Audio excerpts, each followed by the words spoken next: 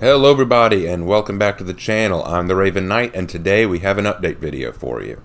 If you're new to the channel, because I've gotten a lot of new folks, know that every Tuesday I do an update video where I share with you guys what's been going on the channel and with me. So let's go ahead and dive right into it. And the first thing that I want to start off with is the vote is over. For those who didn't watch my previous update video, let me fill you in.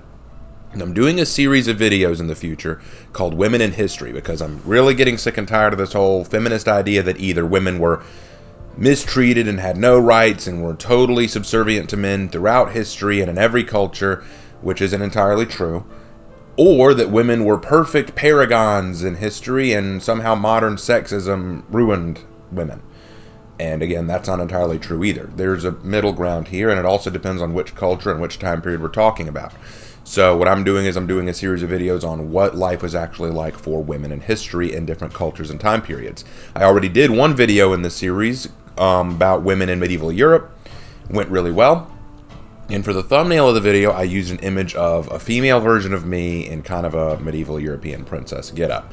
So when I announced that I was doing the series, my fans asked me, hey, does that mean you're going to do a thumbnail with a female version of me in different culturally accurate outfits? And I was like, I don't know if we could do that. Let me ask Hannah, my artist friend. So I talked to Hannah and she said, I really don't want to draw one image per video because I don't know how long the series is going to be, and that's a lot of work for me, and I'm not getting paid for it because it's a favor.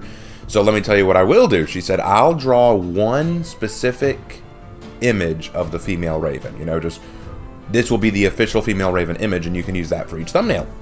But we wanted you guys to decide which image we went with. So last week I released Hannah's options.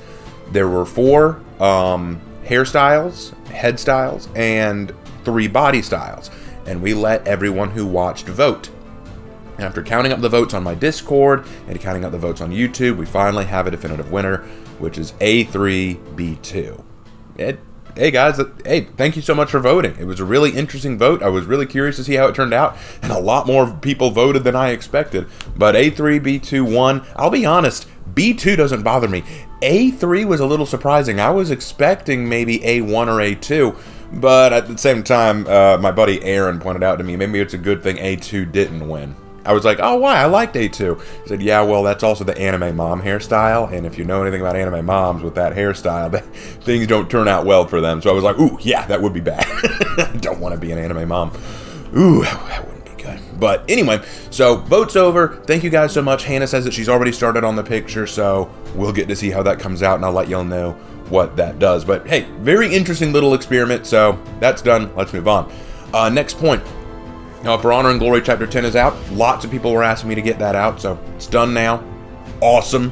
Glad to have it done. If you haven't listened to it yet and you're interested, go listen to it. A lot of people are surprised. They were kind of going, dude, is this For Honor mixed with Warhammer 40K? It is. That's exactly what it is.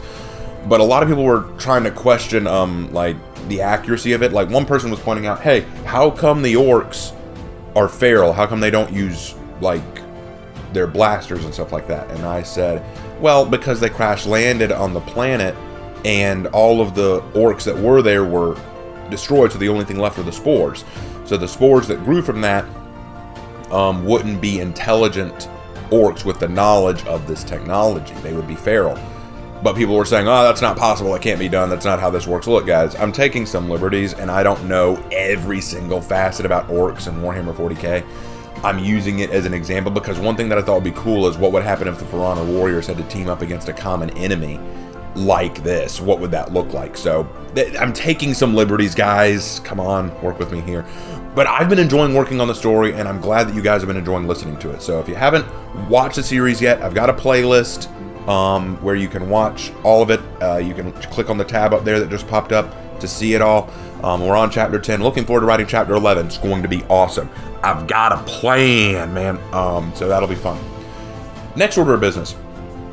I was working on the next Heroes in History for Griffin, which a lot of people have asked me to do. I was working on it, then all of a sudden I thought to myself, you know what? I've talked about Apollyon, and I've talked about Astria a lot.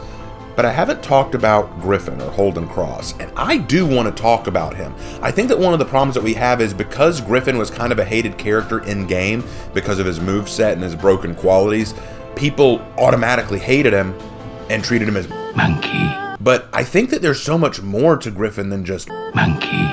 I think that he's actually a very interesting character. I think that there's depth to him. There's complexity. And I think that we ignore it because we only think about him in game. So what I'm doing is I'm doing a video called From Holden to Griffin, which is where I talk about not only Griffin's backstory of how he went from being Holden Cross to Griffin, but also how he's a complex character, what motivates him, what defines him. It's going to be very interesting and very fun for me to make because this is the kind of stuff I love. And I know it probably won't get as big as Apollyon's video or the Apollyon versus Astria video, which are still blowing up, guys. Thank you for that. But I still want to make it, and it'll be fun. So look forward to that in the coming days. Next order of business, we are so close to 7,000 subscribers. In fact, I might reach 7,000 after this video drops, which would be phenomenal. And like I promised, if I reach 7,000 subscribers, I will purchase For Honor on PC. Now, those of you who follow me for a while know that I play For Honor on PS4. And that's probably where I'll do most of my For Honor gameplay, just because I've sunk so many hours into it on PS4, and I don't think that you can share information cross-platform. What I mean is, I've put a lot of time and money and stuff like that into For Honor on PS4, but I don't think that if I buy For Honor on PC, I'll be able to transfer all that stuff. So the question is, well, why switch to PC at all? Because PC opens up the opportunity to play with more of my fans and more of my followers, and also opens up more editing opportunities for me as I go forward. So if there's a specific video or style of video I want to make, PC will offer that more readily than PS4 will. So that's something that I plan to do. Please help me reach 7,000 so I can do that. I'm still experimenting with all this stuff, and I'm still not sure how to do PC stuff, like some of the cool editing stuff. Like Slenderous is a good example. He does some really cool editing stuff, and so is Vita Neon and Marco Yolo. They do such a good job with that kind of stuff. I know I'm not on that level, but it's a good experiment, time for me to try new things. So speaking of Slenderous, let me go ahead and mention this. Slenderous has asked me to do a video project with him, sort of a series with him, and I'm looking forward to doing it. I won't go into any details because you'll just have to wait and see what comes of that, but really excited to work on it. We'll let you know how that goes, and I will drop a link for it whenever it comes out. So look forward to that. It's going to be really cool. Next bit of information, my brother, as many of you know as the Lark, wants to start a new series. He wants to do a series on his own, guys. Here's the thing. My brother has never been a big YouTuber like I have. He's not as good at sitting down and taking the time to script out stuff. But seeing how much I've been doing on YouTube, there are stuff that he wants to talk about. And genuinely, guys, he is a very, very intelligent and passionate person. He loves doing this kind of stuff. You know what we do whenever we eat dinner or something like that? We just sit down and we just debate with each other, discuss things. Like, we'll just pick a topic and we'll say, hey man, let's say that you could go back in time and visit one person in history. Who would you want to visit and talk to? And then we'll just discuss what we'd talk to them about. Or if we said, hey, if you ended up in Skyrim and you met the Thalmor, what would you think of them and how would you edit them if you could, like, fix their organization? That kind of stuff. That's the kind of stuff we do. I know we're boring as hell, but that's what we do. And my brother wants to do a series. We haven't come up with a name for it yet. I want to call it Lark's Lamentations, but whatever. Where he talks about different fictional factions, groups, and organizations, like the First Order in Star Wars, the Railroad in Fallout 4, the Thalmor in Skyrim, the Akatsuki in Naruto, stuff like that, and just talk about how they work, whether or not they work, why they're bad, why they're good, how could they be fixed, stuff like that. Now, he's new to video making and scripting, like I said, so it's going to be a little different, but he's very passionate about this, and I'm so happy to actually see him putting time and effort into this. So I'm going to help him do this. I'm really going to help him out. I don't know when the video is coming out, but the first one's going to be on the Railroad and why he hates the Railroad in Fallout 4. He hates the Railroad in Fallout 4. So it's going to be so much fun seeing what he has to say about that. I've listened to him rant and rave about it, so I'm excited. It's going to be so cool. Okay, so last order of business before we wrap things up. I'm working on the next Raven's Writing Room coming out. It's going to be on protagonist tips, and then after that we'll be done with character creation as a topic until we come back to it another time. And people have really liked the Raven's Writing Room, so I'm happy for that. And also, Fantastical History is in the works too. It's going to be on Centaurs. Looking forward to that too. Not as much to say on Centaurs. I think that it's a little limited, but you'll see what I mean. But this is the big one. I've been getting a lot of comments lately, a lot of negative ones too. I'm learning to ignore them. But I got one comment that surprised me, and the comment was from a fan, and they said, there may come a day where I get really big and popular, and I become like the infographics show. And y'all know how I feel about the infographics show. And there is some truth to the idea that when YouTubers get started, they have integrity, they have a niche, they try to do things a very specific way, but then as they get more popular and start making money off of their YouTubing, they sort of sell themselves out. They start making content that's specifically clickbait so that they can make that money. Let me assure you guys of this. For one thing, that will never happen. I will never do that. And this isn't because I can see the future. It's because I gave up my first career over this. For those who don't know, I was a teacher. I was a school teacher. And when the district started telling me that I had to bend the rules to help kids pass when they shouldn't pass, when I was asked to literally change grades for students who didn't deserve it, when I was asked to teach topics that I did not agree with, topics that I knew were not good for these students, I did not agree with it, and I was let go because of it. Guys, my integrity matters to me far more than the amount of money I make and how popular I became. This YouTube thing, I knew from the beginning I would never get super popular. Having 7,000 subs is something I never ever thought would happen, and the fact that I'm getting there is phenomenal and nothing short of a miracle. God has blessed me with this channel and with this popularity, and I made close to $500 last month. I was mind blown by how much this channel has changed. But let's say that by some miracle, I do make it that I can do this full time and I can make my living off of doing YouTube.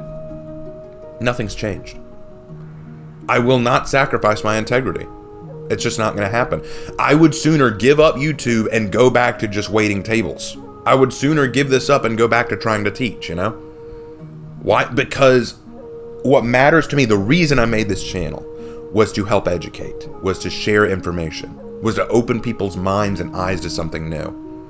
And if at any point I ever say to myself, you know what, guys, I'm going to sell misinformation because that's what you all want to hear, right?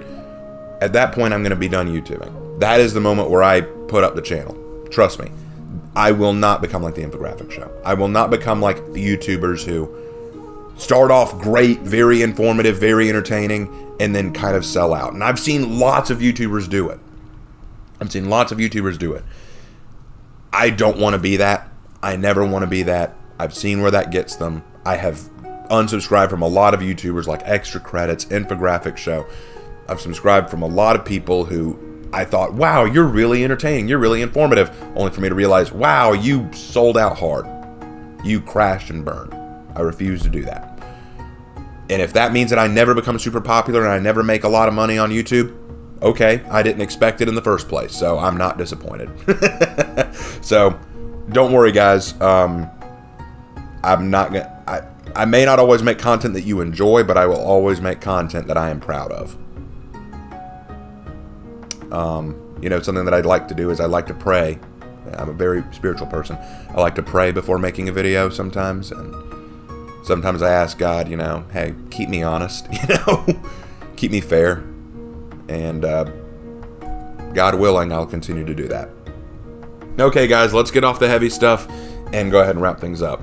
Now, as I usually like to do, I like to close out by shouting out a content creator or resource that I really enjoy, and usually I do a history one, but today I'm doing something totally different. Today, I am shouting out Mauler. Mauler is a YouTuber who's known for critical analysis and breaking down of art, media, video games, movies, and video essays. I really have enjoyed his video series. As someone who loves critical analysis and understanding of art and media, it's been nothing short of entertaining and educational. I got started watching him through EFAP because my fans actually said, hey man, you should be on EFAP. And I said, what's EFAP? And they said, oh, it's every frame of pause, look into it. So I looked into it.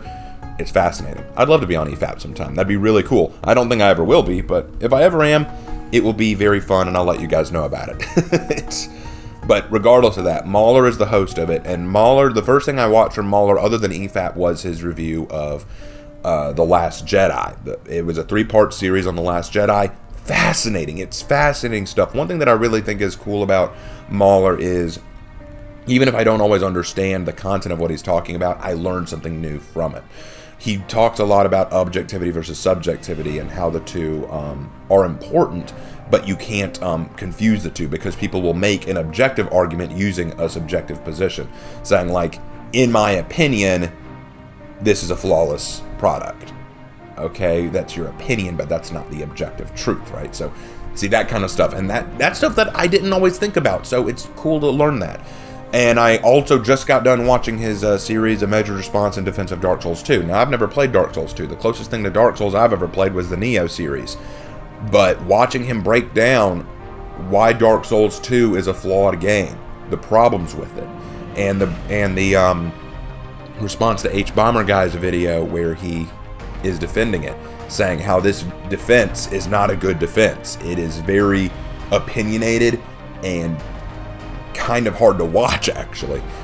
It was so fascinating.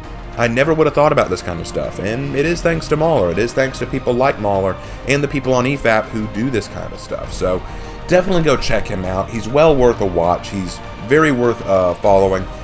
His link will be in the description. So thank you guys, and thank you, Mahler. If you ever end up watching this, which I don't know why you would, but if you ever end up watching this, know that I'm a huge fan.